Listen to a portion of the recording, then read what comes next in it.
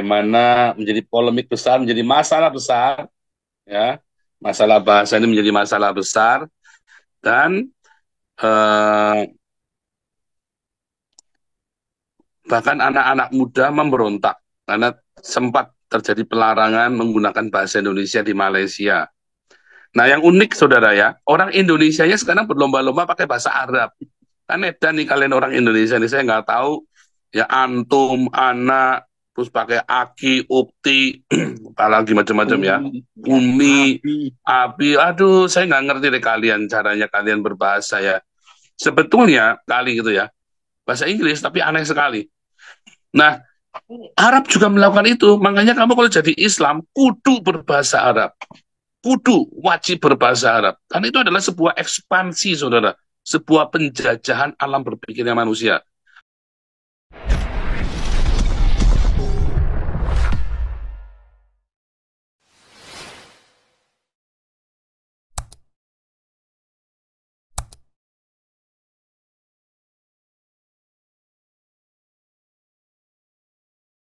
Sampai ketemu. Ini Pak Paul lagi. Belum, apa udah? Ya itu pengumuman ya. Tadi saya dapat dapat ini ya, dapat update. Ini saya ketawa ngekek sampai tadi ya, karena saya sebenarnya sudah tahu ini, tapi nggak nggak. Tapi itu bercanda-bercanda.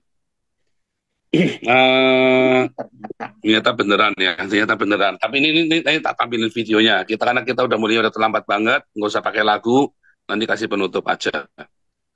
Kayak salam dulu ya, Shalom Indonesia, Shalom Eropa, Shalom semua yang ada di Israel, di Haifa, alma mater saya, Yerusalem, Tel Aviv, Shalom Lebanon, Gaza, Palestina, Rohingya, Shalom Afrika, Rusia, Ukraina yang sudah mau damai, Shalom semuanya, Mongolia, Shalom Amerika, Amerika Selatan, Amerika Latin, Panama, Hawaii, Kanada, Alaska, Shalom New Zealand, Australia, Melanesia, Vanuatu, Kepulauan Solomon, Papua Nugini, West Papua, dan Timor Leste, Shalom semuanya di Hong Kong, Cina, Jepang, Taiwan, Korea, Shalom, India, Malaysia, Brunei, Singapura, Filipina, Thailand, Vietnam, Kamboja, Laos, Myanmar, Bangladesh, Sri Lanka, Shalom, yang ada di Afghanistan, Pakistan, Uzbekistan, Kazakhstan, Tajikistan, Kirgistan, dan istan yang lain, Shalom, Iran, Irak, Dubai, Aman, Yaman, Oman, Qatar, Bahrain, Shalom, Arab Saudi, Yordania, Syria, Turki, Mesir, dan Indonesia Diaspora. Tema kita hari ini adalah akhirnya Malaysia takluk kepada Indonesia. Kasih video dikit ya, saya share sebentar. Aduh lupa nih saya, Pak Pak HW minta tolong Hagios dijadikan co-host. Saya mau share screen Pak HW.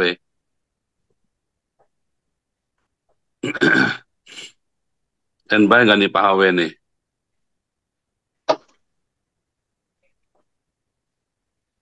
Mana nih Pak HW nih?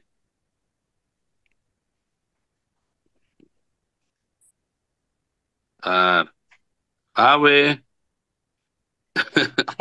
Sebentar deh. Oh, saya bisa diklaim ya sebentar ya. Saya bisa claim house sebentar. Claim house. Oh, ini claim house.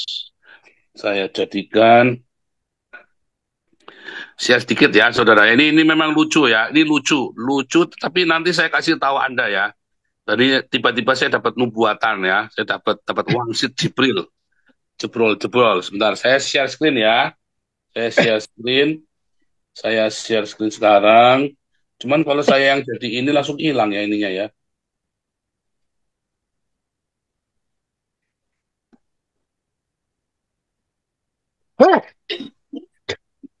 Saya mute all ya. Saya mute all. Nanti teman-teman semua yang mau ini boleh ya. Nanti yang sudah jadi host, co-host, bisa kapan saja masuk ya.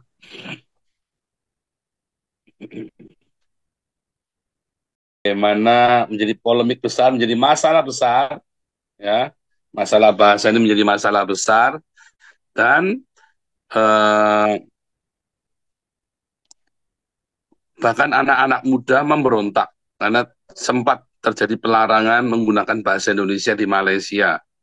Nah, yang unik saudara ya, orang Indonesianya sekarang berlomba-lomba pakai bahasa Arab.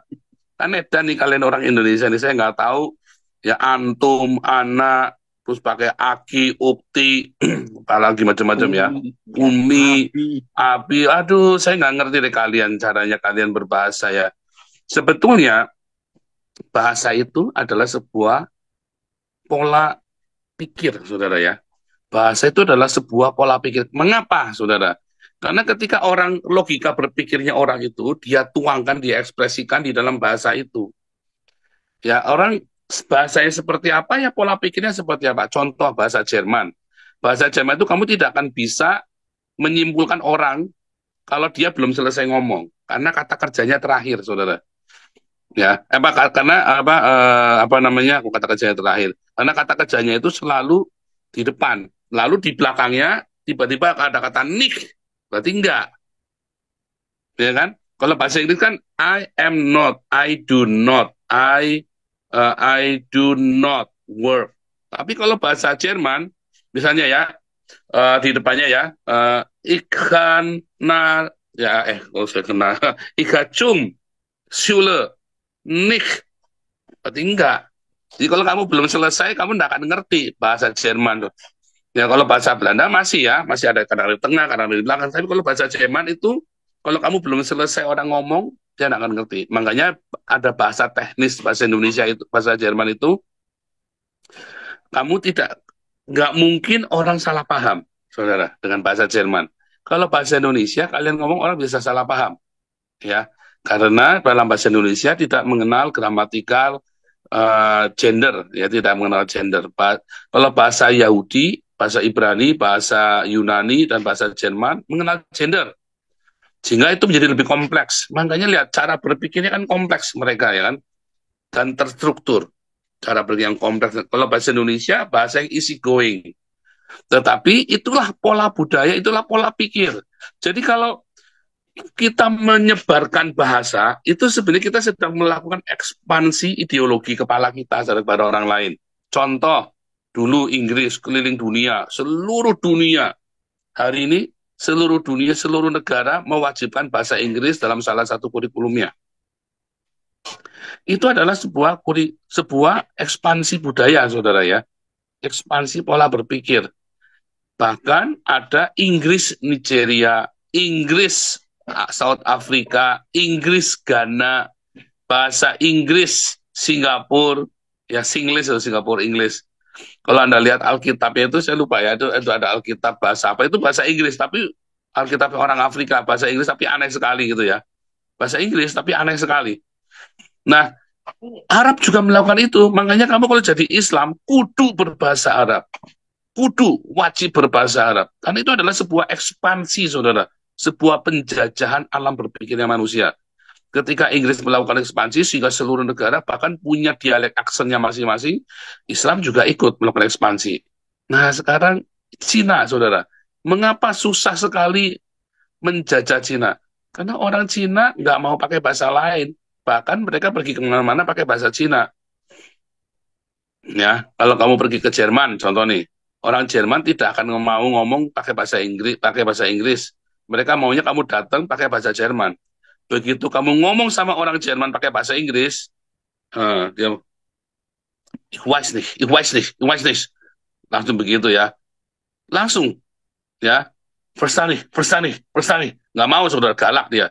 Tapi begitu kamu ngomong pakai bahasanya mereka, ya, verzeihen Sie, Entschuldigung, gitu ya. Begitu ngomong begitu, terus kamu ngomongnya belepotan, tiba-tiba dia ngomong pakai bahasa Inggris lebih fasih dari kamu, saudara. Itu kurang ajar sekali ya, sombong kali mereka ini. Karena itulah pola budaya, ya. Salah satu syarat supaya Anda kalau mau jadi warga Jerman atau asilum Anda diterima, Anda harus selesai minimum A2 bahasa Jerman, saudara.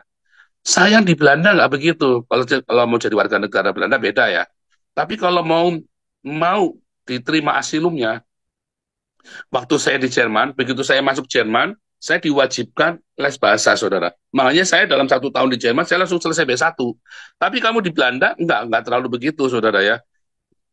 Nah, balik lagi ke Cina ya. Kenapa susah sekali menjajah Cina? Karena nggak bisa bahasanya. Kamu harus bisa bahasa Cina. Dan bahasa Cina itu ada puluhan dialeknya, saudara. Nah, saya pernah nanya sama orang di camp Asilum ya, saya kan tinggal di camp Asilum selama beberapa tahun. Saya ngomong sama orang yang dari Cina, kalau kami ini orang Cina bukan. Dia ketawa. Kamu? Orang Cina, dia ketawa terbahak-bahak, saudara. Loh, woman secungkuran, dia bilang, ya kamu ngomongnya woman secungkuran aja udah salah, kamu bilang begitu. Bagaimana bisa kamu bilang orang Cina? Dia bilang begitu, saudara. Makanya Cina nggak bisa dijajah. Berapa bangsa mau coba jajah Cina ya? Mongolia, Jepang, apa namanya Eropa, mau jajah Cina nggak bisa. Kenapa? Karena kamu harus bisa bahasanya dengan aksen yang tepat, saudara. Anda mau nginjili orang Cina, susah sekali, saudara. Ada satu penginjil dari Belanda, temannya Papi Daniel, Brother Andrew. Iya, Brother Andrew tuh, Pi. Ya, Itu bisa 9 dialek bahasa Cina, Pi. ya. 9 dialek bahasa Cina. Makanya dia sukses di sana penginjilan ya, penyelundup itu ya.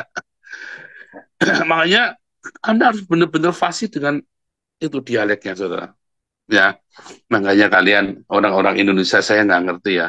Itu si Muhammad itu kan juga bilang, belajarlah sama Cina. Karena orang Cina lebih pintar daripada orang Arab. Tapi kalian malah belajarnya bahasa Arab, bukan belajarnya bahasa Cina. Kan bodoh. Nah, makanya sekarang si Prabowo pergi ke Cina, itu benar. Belajarlah bahasa Cina, jangan belajar bahasa Arab. Ya, oke. Saya nggak panjang lebar. Kira-kira itu pengantarnya. Ini Tasya tadi yang paling menanti-nantikan topik ini ya. Tasya mana Tasya nih? Tasya, mana kau hilang loh? Tasya tadi udah di dalam hilang lagi nih Tasya nih. Sudah dah, kasih Pak Teddy dulu, ngoceh dulu nih Pak Teddy nih, biar sikat dulu nih. Permesta, lanjut.